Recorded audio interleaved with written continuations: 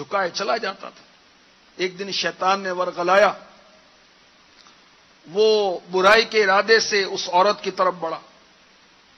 جب دروازے پر پہنچا تو اسے اللہ تبارک و تعالی کا یہ فرمان علی شان یاد آ گیا. پارہ 9 سورہ اعراف آیت نمبر 201.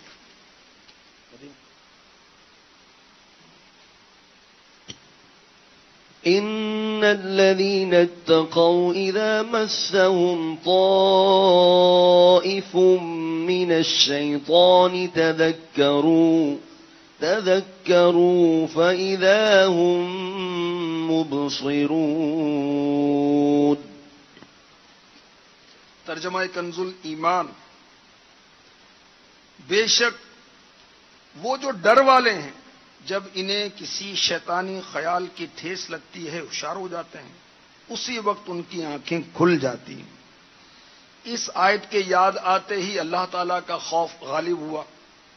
وہ نوجوان بے ہوش ہو کر زمین پہ گر گیا. بہت دیر تک جب گھر نہیں پہنچا تو بوڑھا باپ تلاشتے ہوئے باہر نکلا. اس کو پایا تو لوگوں کی مدد سے اٹھوایا، گھر لایا.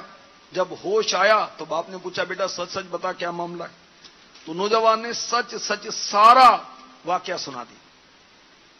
اور جب بتایا کہ مجھے یہ آیت یاد آ گئی، یہ آیت دوبارہ تلاوت کی، تو پھر اللہ تعالیٰ کا خوف غالب ہوا اور اس نے زوردار چیخ ماری اور اس کا دم نکل گیا. راتوں رات غسل و کفن اور دفن کا انتظام کر دیا گیا.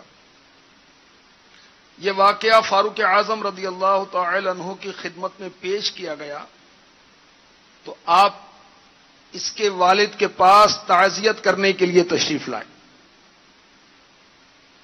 فرمایا رات کو اطلاع کیوں نہیں کی، ہم جنازے میں شریک ہو جاتے. بوڑھے باپ نے عرض کیا امیر المؤمنین، آپ کے آرام کا خیال کرتے ہوئے مناسب نہ سمجھا. فرمایا مجھے اس کی قبر پر لے چلو. وہاں پہنچ کر حضرت فاروق اعظم رضی اللہ تعالی عنہ نے پارہ 27 سورہ رحمان کی آیت نمبر 46 تلاوت فرمائی. یہ آیت اور اس کا ترجمہ سنیے، اللہ ہمیں اپنا خوف عطا فرما دے. وَلِمَنْ خَافَ مَقَامَ رَبِّهِ جَنَّتَانِ. ترجمہ کنز الایمان. جو اپنے رب کے حضور کھڑے ہونے سے ڈرے اس کے لیے 2 جنتیں ہیں.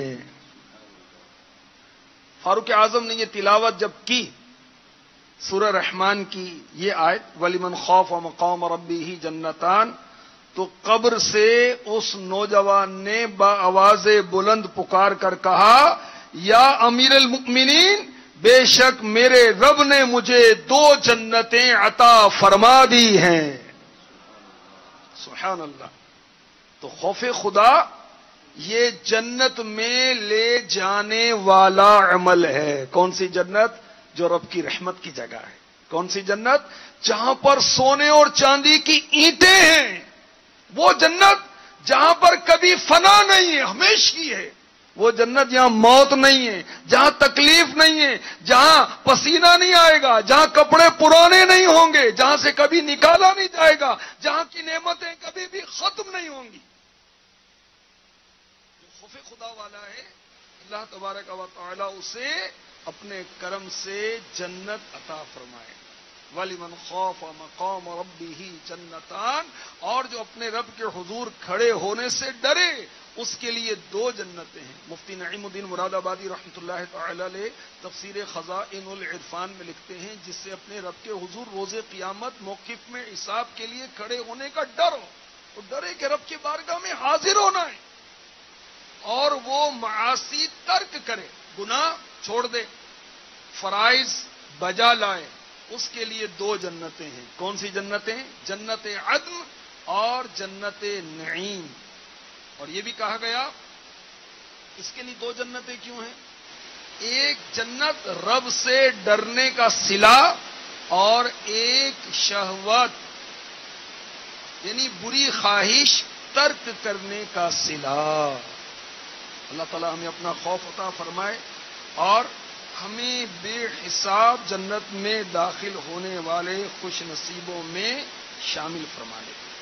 یاد رکھیے جنت پیدا ہو چکی، وہاں کی نعمتیں پیدا ہو چکی، اور جو جنت میں جائے گا انشاءاللہ وہ وہاں مہمان کے طور پر نہیں ہوگا، وہ جنت میں مہمانوں والی خاطر تواضع نہیں پائے گا، بلکہ اسے نعمتوں کا مالک کر دیا جائے گا.